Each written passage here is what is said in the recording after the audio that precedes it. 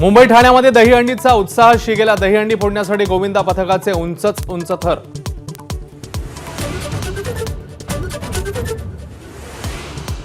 जय जवान पथक 10 थर लावण्यात अपयशी. 4 वेळा प्रयत्न केला पण शेवटच्या क्षणी गोविंदा पत्त्याच्या पानांसारखे कोसळले.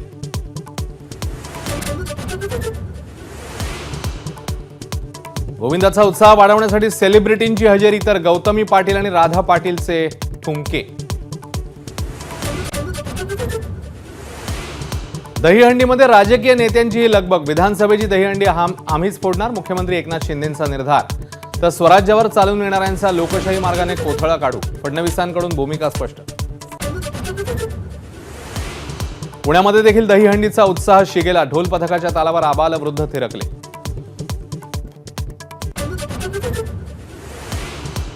शिवरायांच्या पुतळ्यावरून मंत्री दीपक केसरकरांच्या विधानावरून वाद. चांगलं घडायचं होतं म्हणून वाईट घडलं, केसरकरांचं वक्तव्य. समुद्रकिनारी असणाऱ्या सोसाट्याच्या वाऱ्याचा अंदाज नौदलाला आला नसावा. मालवणमधील शिवाजी महाराजांचा पुतळा कोसळल्याबद्दल देवेंद्र फडणवीस यांचं मोठं वक्तव्य. पुण्यामध्ये शरद पवार आणि हर्षवर्धन पाटील यांच्यात वसंतदादा शुगर इन्स्टिट्यूटमध्ये चर्चा. भाजपचे हर्षवर्धन पाटील शरद पवारांच्या राष्ट्रवादीत प्रवेश करणार का, चर्चांना उधाण. कोपरगावचे भाजप नेते विवेक कोल्हेंचा शरद पवारांच्या कारमधून प्रवास. पवार भाजपला आणखी एक धक्का देण्याच्या तयारीत असल्याची चर्चा.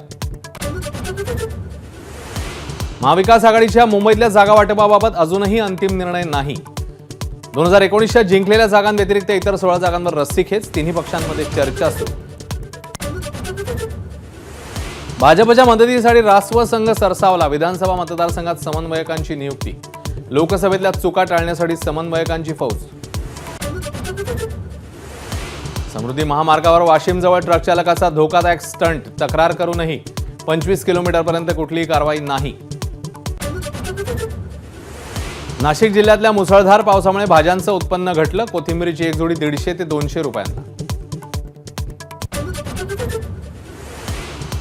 गुजरातमध्ये पुराने हाहाकार. 3 जणांचा मृत्यू, 7 जण बेपत्ता. 17,000 नागरिकांना सुरक्षित स्थळी हलवलं. कोलकात्यातील बलात्कार आणि हत्याकांडाविरोधात विद्यार्थी संघटना आक्रमक. मंत्रालयाच्या दिशेने निघालेल्या मोर्चावर अनेक ठिकाणी पाण्याचा मारा. एबीपी माझा, उघडा डोळे बघा नीट.